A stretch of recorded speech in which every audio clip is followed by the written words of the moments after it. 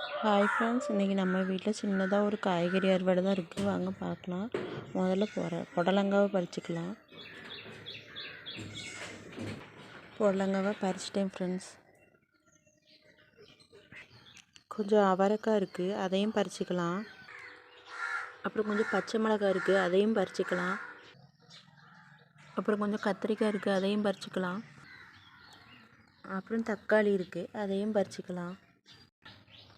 அப்புறம் கொஞ்சம் புதினா இருக்குது, அதையும் பறிச்சுக்கலாம்.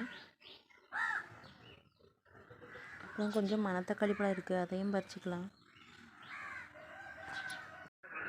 பாருங்கள் ஃப்ரெண்ட்ஸ், நம்ம கார்டனில் அவரைக்காய் இவ்வளோ காய்ச்சிருக்கு. பச்சை மிளகாய் கொஞ்சம் காய்ச்சிருக்கு, ஏன்னா செடியில் இருக்குது. எனக்கு இது இவ்வளோ போதும் பறிச்சிருக்கேன். ஒரே ஒரு தக்காளி பழத்துலேருந்து அதையும் பறிச்சிருக்கேன். கொஞ்சம் மணத்தக்காளி பழத்துலேருந்து அதையும் பறிச்சிருக்கேன். அப்புறம் கொஞ்சம் கத்திரிக்காய், அப்புறம் ஒரு புடலங்காய், இன்னும் கொஞ்சம் புடலங்காய் இருக்குது, அதை நாளைக்கு பறிச்சிக்கலாம். அப்புறம் கொஞ்சம் புதினா பறிச்சிருக்கேன். இன்னும் புதினா செடி நிறைய இருக்குது. Okay, bye friends, thanks for வாட்சிங்.